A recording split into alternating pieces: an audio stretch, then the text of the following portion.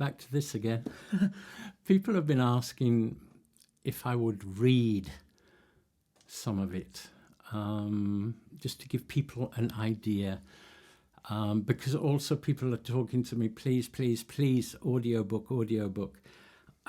That's something to be thought of later, but I thought I'd pick sort of the passage where I actually met Freddie for the first time. I was at the Opera House, you have to remember at this point, working for the Royal Ballet. So Sundays were not always free, as at that time there used to be a charity gala in some theatre in the West End almost every week. These would generally consist of a big variety show including opera singers, ballet dancers, actors, actresses from stage and screen, and pop stars. Quite often, whichever dancers would be performing would ask one of us if we could be able to help them on the night.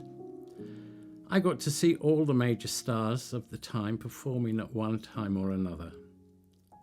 It was early in October 79 that we heard, in the wardrobe, about the annual big charity gala that the ballet company would be putting on later in the month, as they had decided which costumes they would need and give us time to find them and have them ready.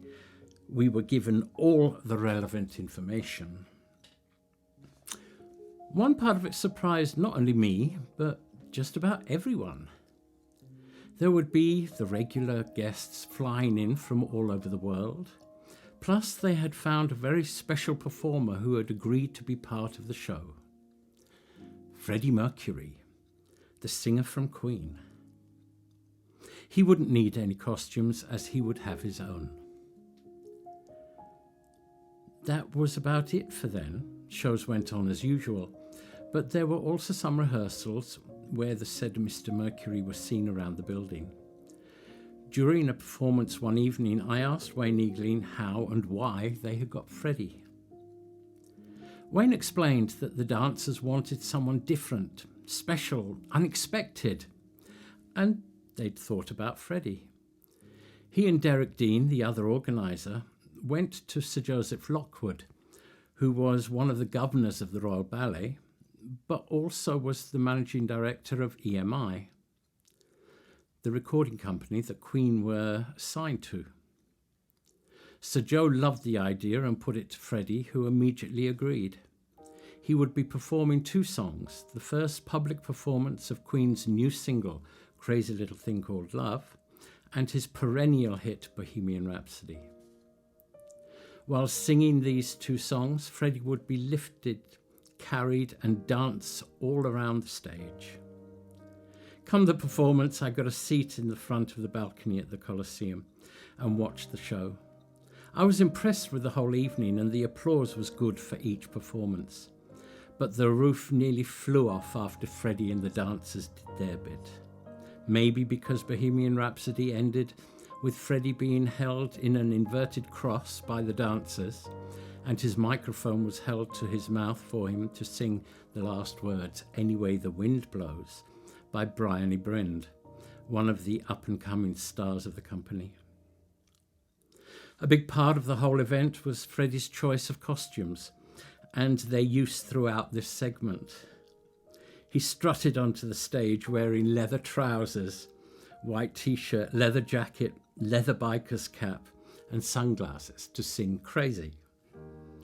During the applause, he went off stage to change and appeared wearing a black spandex bodysuit with some glitter sequins on the top to start Bohemian Rhapsody.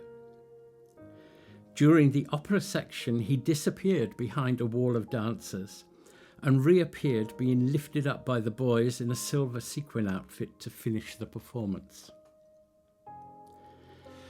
After the show, there was a party where I wanted to see some of my friends.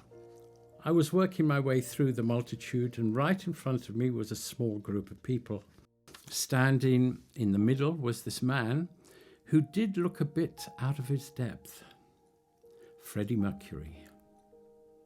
I got there at the right time as the people dispersed, and I was left standing there with Freddie and a man I was later to find out was Paul Prenter.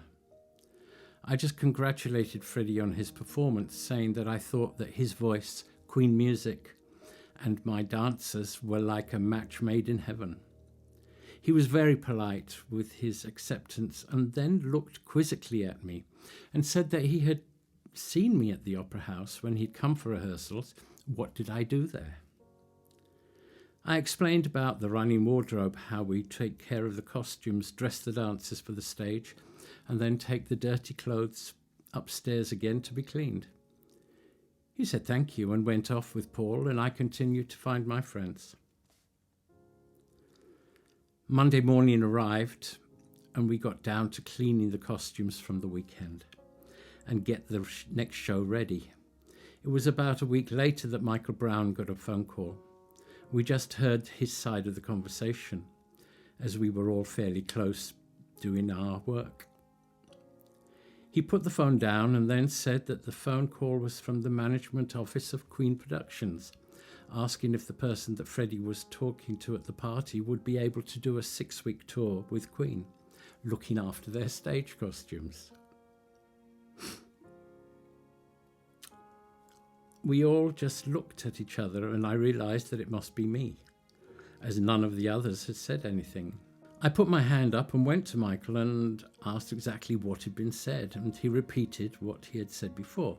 It would be a 6-week contract for their upcoming tour. I sat back and was thinking when Michael said that the job wouldn't be open back here at the Opera House if I did take it. At least that made things clear for me. It would be a great leap into the unknown or stay with the job for life. I made my choice and completed 2 weeks' notice at the Royal Opera House. I was in contact with the Queen office and was given a few instructions. I would be picked up from my flat and taken to one of the film sound stages in West London to see the costumes and see what I needed to organise. My last show with the ballet was a bittersweet evening, realising that this was the last time I would be seeing my friends in this situation. I admit I did have a slight feeling of whether I had done the right thing, but it was quickly brushed aside. I was about to set out for the next adventure. Who knew what that would bring?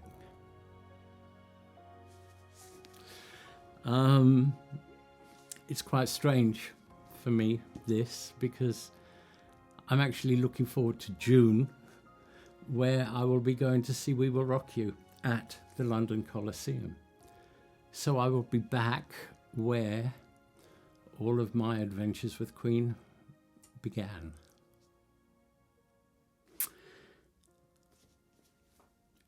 Take care of yourselves, and we'll see each other soon.